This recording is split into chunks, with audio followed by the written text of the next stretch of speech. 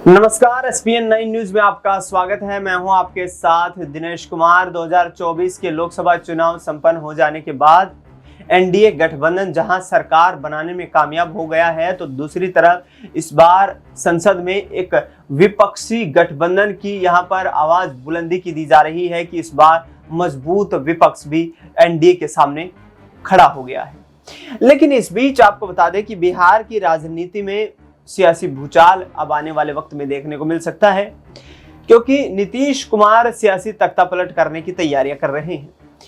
RJD के दिग्गज नेता और बिहार के पूर्व डिप्टी सीएम तेजस्वी यादव ने कहा है कि बिहार में इस वक्त जंगल राज है, नीतीश कुमार के शासन पर उनका प्रभाव नहीं है और नीतीश कुमार को आगे बढ़ाने के लिए यहाँ पर तमाम तरीके के राजनीतिक षड्यंत्र यहाँ पर रचे जा रहे हैं, ताकि बिहार की सत्ता में नीतीश कुमार को साइडलाइन करके और यहाँ पर बीजेपी अपना कब्जा कर ले। इसके साथ साथ ये भी कहा जा रहा है कि भारतीय जनता पार्टी बिहार की सत्ता में नीतीश कुमार को सत्ताहीन करने का काम करने में जुटी हुई है। इस वक्त बिहार में जंगल राज चरम पर है। वो इसलिए है क्योंकि बीजेपी चाहती है कि नीतीश कुमार सरकार के ऊपर उंगलियां उठती हुई नजर आए और लिहाजा नीतीश कुमार को दबाव में आकर के यहां से इस्तीफा देना पड़े, या फिर राजनीतिक जो अपनी कुर्सी है उसको बचाने का प्रयास कर रहे नीतीश कुमार को बिहार की सत्ता से दूर होना पड़े। इस पूरे मामले पर जिस तरीके से बिहार में जंगल राज का हवाला देते हुए तेजस्वी यादव ने हमला किया है, इसके साथ साथ बिहार के डिप्टी सीएम विजय सिन्हा और इसके साथ साथ सम्राट चौधरी ने लालू परिवार पर और उनके शासनकाल पर निशाना साध दिया है।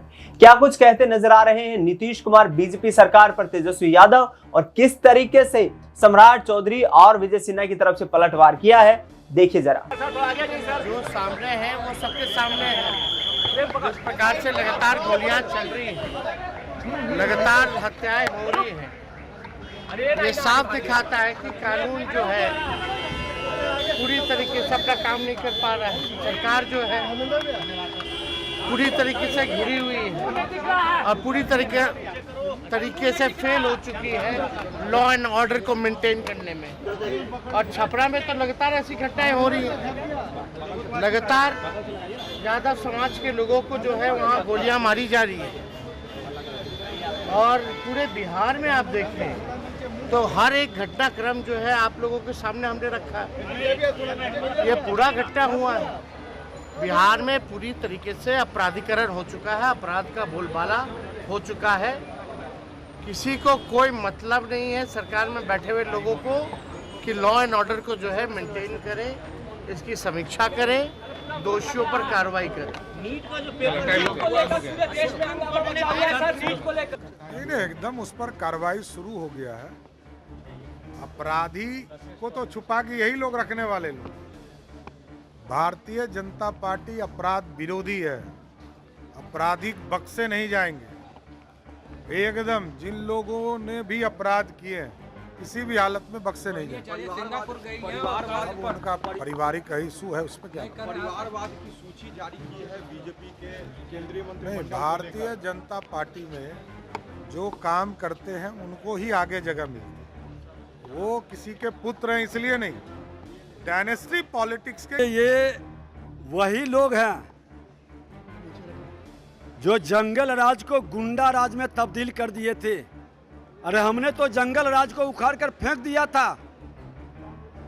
जो जंगली प्रवृत्ति के मानसिकता रखता था, जो अपराधी बिहार के अंदर शराफत की आंसू को बहाता था, हमने उसको खत्म किया था। लेकिन बीच बीच में चोर दरवाजा से ये जंगल राज वाले लोग घुस करके सत्ता में और अपने जंगली मानसिकता के लोगों को पोषित किया, माफियाओं को पोषित किया। और जब बीमारी शरीर में फैलती है तो उस बीमारी के इलाज में समय लगता है। ये जंगल राज और गुंडा राज लाने वाले लोगों का मानसिकता और साम्राज्य को ये एनडीए की सरकार समाप्त करेगी।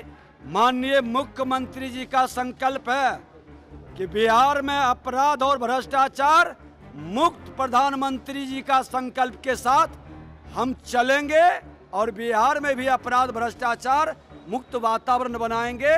इसमें कोई कमी नहीं रहने दिया जाएगा, कोई त्रुटि नहीं होगी। अपराधी और माफिया सब पर अंकुश। तो सुना आपने, यहाँ पर साफ तौर पर ये कहते हुए नजर आ रहे हैं तेजस्वी यादव की पिछले 20 सालों में आरजेडी की सत्ता जब से वापस चली गई है, आरजेडी सत्ता में नहीं आ पाई है, उस वक्त से लेकर के लगातार बिहार में लूटपाट की, दिन दहाड़े चोरी की और यहाँ पर कहीं ना कहीं जो गोलियां चलाने की खबरें सामने आती रही हैं। लेकिन इस बीच आपको बता दें दर्शकों की तेजस्वी यादव, नीतीश कुमार सरकार, बीजेपी की कार्यशैली पर लगातार सवाल खड़े करते रहे हैं।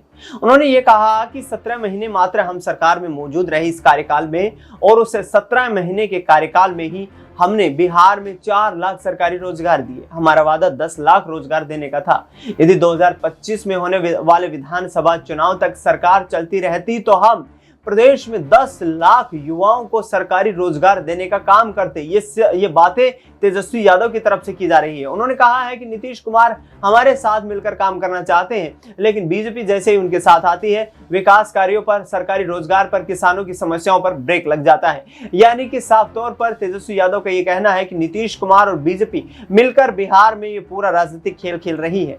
2025 के विधानसभा चुनाव से संबंधित सवाल जब पूछा गया तेजस्वी यादव से, तो उन्होंने कहा कि 2025 के विधानसभा चुनाव में आप इस बात से अंदाजा लगा सकते हैं कि जिस वक्त पे हम 2020 में विपक्ष में मौजूद थे और एक भी सीट यहाँ पर आरजेडी के पास लोकसभा में नहीं थी, तो उस वक्त हम सबसे बड़ी पार्टी बनकर बिहार में उभरे थे। तो अब लोकसभा चुनाव में इंडिया अलायंस की 10 सीटें आ जाने के बाद आप अंदाज लगा सकते हैं कि किस तरीके से बीजेपी का और यहाँ पर जेडीयू का सुपड़ा साफ होता हुआ नजर आएगा। ऐसे में पिछले दिनों उनकी फ्लाइट में नीतीश कुमार से मुलाकात हुई। मुलाकात के कई सियासी मायने निकाले गए। सियासी मायनों में ये कहीं ना कहीं एक प्रमुखता का कारण रहा कि बिहार की राजनीति में तख्तापलट करने पर चर्चा की गई, और उसे तख्तापलट करने की चर्चा के बीच खबरें ये सामने निकल कर आ रही हैं कि करीब 7 से 8 विधायक, जेडीयू खेमे के जो विधायक हैं वो तेजस्वी यादव के संपर्क में दिखाई दे रहे हैं। तो ऐसे में ये नीतीश कुमार ये खेला कर रहे हैं, और 2025 के विधानसभा चुनाव से पहले ये नीतीश कुमार यहाँ पर बीजेपी को भी सत्ता से बेदखल करते हुए नजर आएंगे। फिलहाल इस खबर में इतना ही। देश दुनिया की तमाम बड़ी खबरों के लिए आप देखते रहिए SPN9 न्यूज।